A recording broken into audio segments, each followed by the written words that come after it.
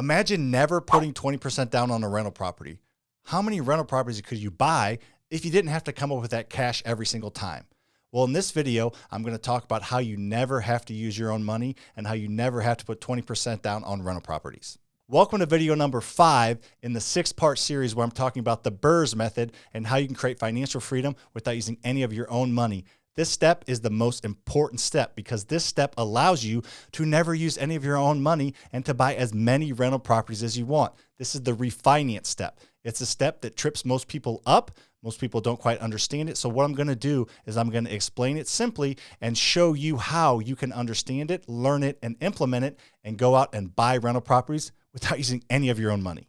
As I just mentioned, this is the 5th video in a series. At the end of this series, so after the next video, I'm going to be giving away a mentorship worth several $1,000s. So if you want to learn how to win a chance at that mentorship, stay tuned to the end. Before I get rolling, make sure to hit that like button. I have built a rental portfolio worth over $21 million without using any of my own money because of this method. Now, this step is what ties it all together and allows you to not use any of your own money. So following this method, you bought a distressed house and you used a private lender or hard money lender or somebody else's money to buy it. Then you used that same private lender or hard money lender to fix it up. Then you got it rented to an amazing tenant. How do you get that initial lender back their money without using any of your own and still own the property? That's what we're going to dig into.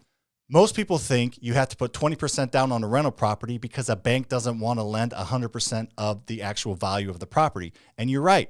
So in this method, you kind of back into putting 20% down and create equity by doing what we talked about earlier, buying it at a discount, creating equity and adding value by fixing up the property, getting it rented to prove that it is a cash producing asset. Then after you do all that, now is where you take it to the long-term financing and pay everybody back plus interest. So here's what you do. You take your rented fixed up property to a small local bank, not Bank of America, not Commerce Bank, not Rocket Mortgage, not Wells Fargo, not these big national lenders. They don't want anything to do with these type of loans. They just want to lend out to residential properties where you're living. But you want to own rental properties that you're not living in and you want to have a long-term mortgage on them. So where you go is small local banks or small local credit unions. These places will fight over your business.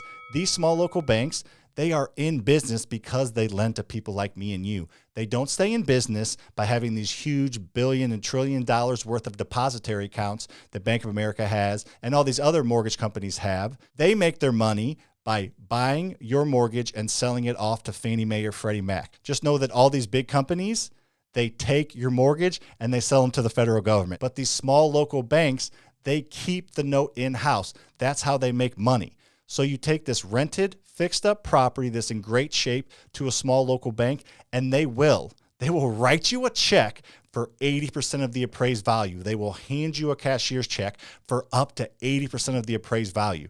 It doesn't even make sense, or it didn't make sense to me at first. Why is the bank just going to hand me a cashier's check for 80% of my property's worth? Well, they do it because that's how they stay in business. They make money on interest. They don't sell it off to the federal government, to Fannie Mae or Freddie Mac. They hold it in-house and make a little bit of money every single month on the loan that they have with you. So that allows them to be flexible. They don't have to go through all the hoops and do all the things that all those other big mortgage companies do to go ahead and sell it to the secondary market. They hold it in-house, so they have flexibility and they want to do loans with you. They will fight over your business if you go to the right small local banks. I'm going to talk about where to find them in a minute. So what you do is you call that local bank and you say that you have a property that you want to do an 80% cash out refinance. You're going to want to talk to somebody on the commercial lending side, not the residential lending side. And they will send out a third-party appraiser. That appraiser will go out and value the property, and then the bank will cut you a check for 80% of that. And if you ran your numbers right, that should be enough to give your initial lender that you used to buy the house and fix it up back their money plus interest. Let's talk about an example to see if I can make it a little more clear for you. So let's just go with some simple numbers. Know that this works at higher price points. I'm just going to start at a low price point to keep the math simple because I'm not that good at math. So the first thing you do is you buy a distressed house for $55,000. It needs some work. Used a private money lender to buy it. Let's say use my private money lender, Steve. So Steve lent you $55,000 to buy a distressed house. Then you fix it up and put $20,000 in it. And Steve lent you that money too. So you have $75,000 of Steve's money in this house. The next thing you do is you get the property rented, and then you take it to this small local bank or small local credit union, and they're going to appraise it and write you a check for 80% of the appraised value. So this house appraised for $100,000. You owe Steve $75,000 plus interest. So they write you a check for 80% of that $100,000. So they write you a check for $80,000. You take that $80,000 check and you pay Steve back his $75,000 he lent you plus $5,000 interest. That's why he lent you the money, because he's making money on the interest. And now you owe the bank $80,000, but you owe them that in the form of a mortgage over the next 20, 25 years. That's probably a couple $100, $200, $300 a month. And then you have owning expenses, taxes, insurance, all that on top of it. But the fact that you're collecting rent is going to pay your mortgage plus all owning expenses. And Steve's paid back plus interest. You owe the bank money long term, but you're collecting rent every single month and paying your mortgage plus all your owning expenses. Then you did it once. Next video, I'm going to talk about how to scale, but just know you can scale and do that as many times as you want. I've done that over 100 times just on single family houses. Not talking about apartment complexes or storage facilities, but you can do that as many times as you want because you're talking to the right banks and develop relationships. And these banks want to lend you money because that's how they stay in business. So the banks love this because they still feel like it's a safe investment and they don't want to own this property. So you can either put 20% down cash on that $100,000 property and they have a loan for 80 grand on it, or you can do what we just talked about, buy it at a discount, add equity, get it rented, and then take it to them. And if it appraises for 100, they'll still give you that loan for 80% of it. So in their eyes,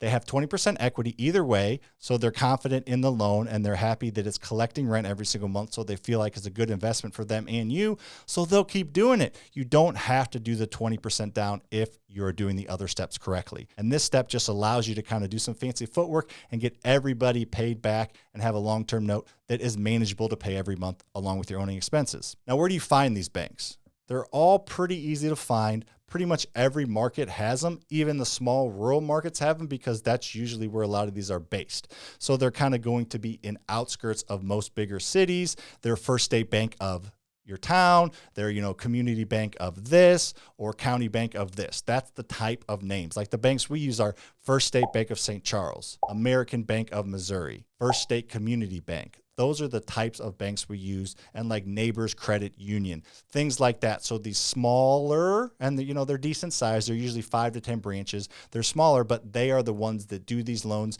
and they understand this business. If you talk to somebody at the bank and you talk to the commercial lending division and you ask them if they do 75 or 80% cash out refinances and they don't really understand that lingo, you're either talking to the wrong person or you're talking to the wrong bank. So just go out and reach out to several different banks. Don't get discouraged if they say no at first or they don't understand what you're talking about. I went to 20 different banks before one said yes to me at the very beginning.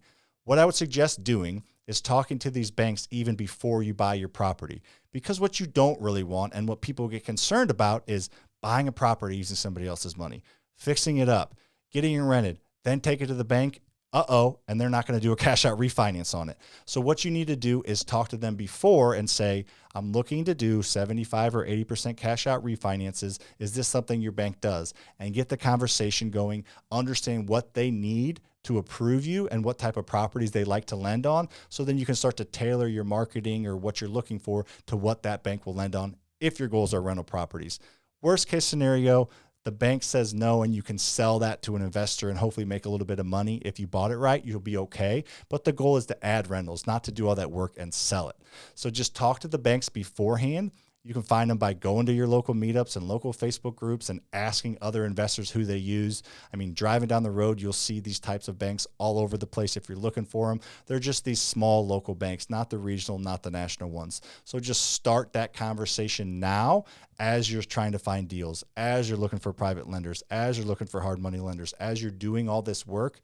Add another step and be looking for these small local banks.